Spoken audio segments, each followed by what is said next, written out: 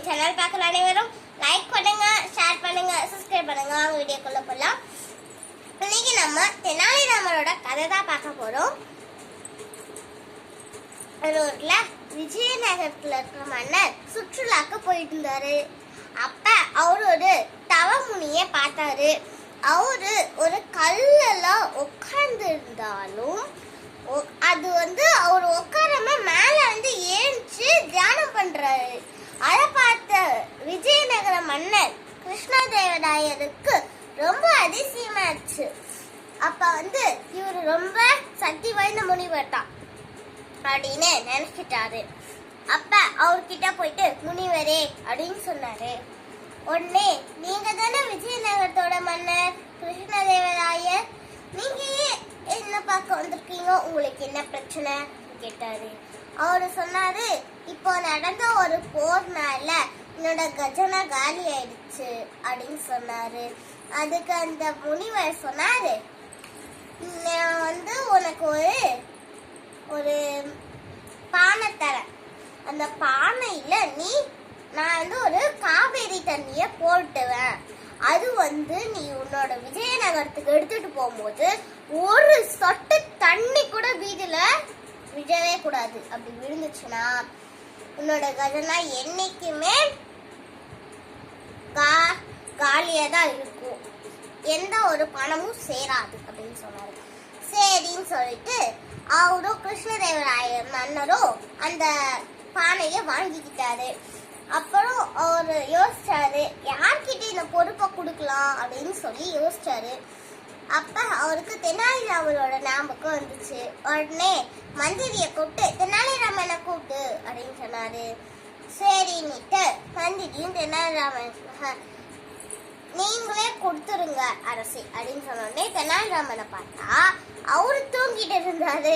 இதப்பான மன்னருக்கு ரொம்ப கோவம் வந்துச்சு. என்ன தெனாலிராமரே, உங்ககிட்ட நான் ஒரு முக்கியமான பொறுப்பை கொடுக்கலான்னு பார்த்தா நீங்களும் தூங்கிட்டு இருக்கிறீங்க அப்படின்னு சொன்னாரு. உடனே அந்த தெனாலிராமன் சொன்னாரு, மன்னா எனக்கு பொறுப்பு கொடுக்குற வரையும் தான் எனக்கு தூக்கம் வரும், நீங்க பொறுப்பு கொடுத்தோண்டி நான் சுறுசுறுப்பாயிடுவேன் அப்படின்னு சொன்னாரு.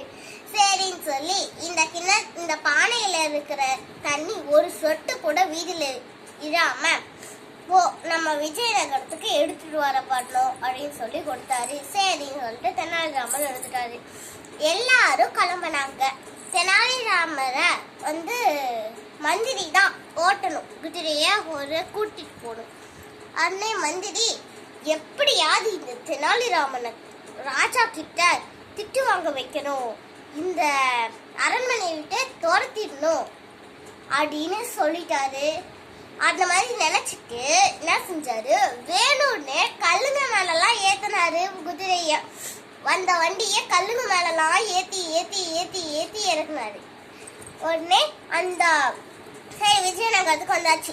விஜயநகரத்துல அரசரு, என்ன தெனாலிராமனே நீங்க என்ன செஞ்சிருக்கீங்க, அந்த பானையில இருந்த தண்ணி கீழே கொட்டி இருக்குமே, இன்னும் இப்படி தூக்கிட்டு இருக்கீங்க அப்படின்னு கேட்டாரு. உடனே அது தெனாலிராமன் சொன்னாரு, அதுதான் எனக்கு தெரியும் அண்ணா, இங்க பாருங்க இந்த பானையை சுத்தி நான் ஒரு துணியை போட்டு மூடி இருக்கேன், அதனால அந்த தண்ணியும் எங்கேயுமே சிந்தல அப்படின்னு சொன்னாரு.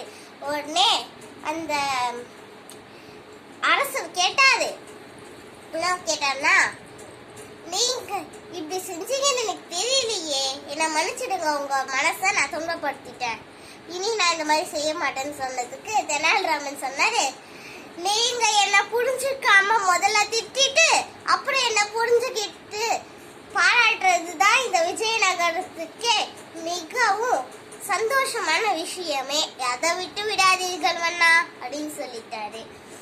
இந்த மாதிரி நீங்களும் இந்த கதையை கேட்டு ரொம்ப மகிழ்ச்சியா இருப்பீங்கன்னு நினைக்கிறேன். நெக்ஸ்ட் வீடியோல உங்களை சந்திக்கிறேன். நன்றி.